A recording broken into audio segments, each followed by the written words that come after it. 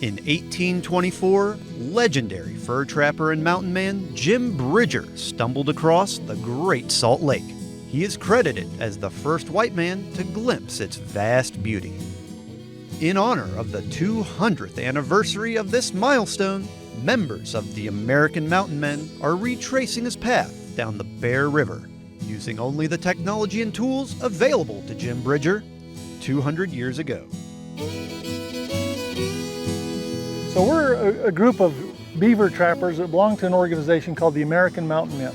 And we're a national organization that's pretty renowned for doing serious reenactment or survival using the skills of the original fur trapping mountain men who were here in the 1820s to 1840s in the Rocky Mountain West. It's a national group. There's about 700 active members and a few foreign members also. And we like to go out and just try to live life and experience as much as we can what life was like for the original beaver trappers that became known as mountain men. What we're doing is, it's 200 years, 1824 to 2024, that Jim Bridger made that, and we couldn't let it pass. We're all busy, but we just had to celebrate it in our own inimitable way.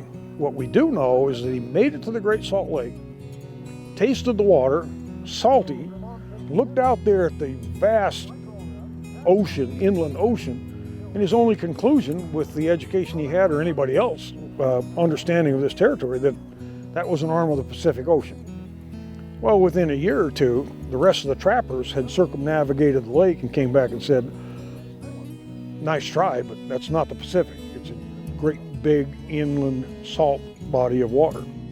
We all love camping, so hey, we get to go out and camp, but it's the challenge of doing it in this old-fashioned style. Sometimes you call it primitive style.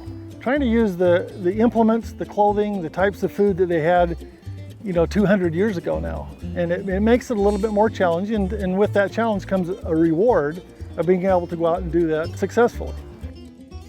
Not one of these guys couldn't go out there for a week, 20 days with just what they're wearing right now. Not even carrying the stuff we're doing to make our camp easier. The saying is, the more you carry here, the less you have to carry here. All the pharmaceuticals I need to stay healthy, I can see within sight of here. What do you do for your medicines? You pay for it or go to a pharmacist or ask a doctor? I don't need to do that. Neither did our ancestors. Neither did the wonderful people that taught us, our Native American brothers and sisters. They lived here for thousands of years without the benefit of modern medicine.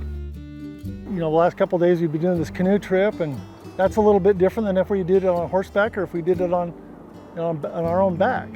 So today we probably brought more stuff than we typically would bring if you were out carrying it around.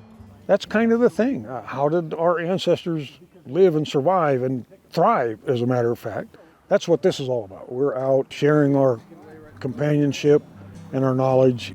The fraternal nature of the American Mountain Men celebrates passing along skills and knowledge to fellow members. Adventures like these are dynamic, living classrooms. A long time ago, when Indians met, they could not understand each other's talk, So they had to use hand talk to communicate. All of the skills and all of the arts are fun too. I learned things that, the tanning and other skills that I never would have guessed I would have got involved in. Blacksmithing, gun building, knife building, all kinds of different skills. And those are all interesting in of themselves. A lot of learning, a lot of education. The mountain man's spirit of exploration and adventure lives on in modern travelers. The important thing is to get out, enjoy, and learn about the natural world, whether you embrace ancient methods or if you're someone who uses the latest technology. Well, that's wonderful. Good on them. That's their thing. I call what they do glamping. They call what I do minimalist. It's just that I can do everything they can do and have just as much fun in a minimalist way. I'll be 81 before snow flies again. There's probably not an awful lot of 81-year-olds that are out doing this stuff. But the way I see it is, if I don't do it while I can do it, when I can't do it and want to do it, I'll have regrets. Now I do it. I have a wonderful time with these people. So I've got to take advantage while my body will do it and my friends will still tolerate me.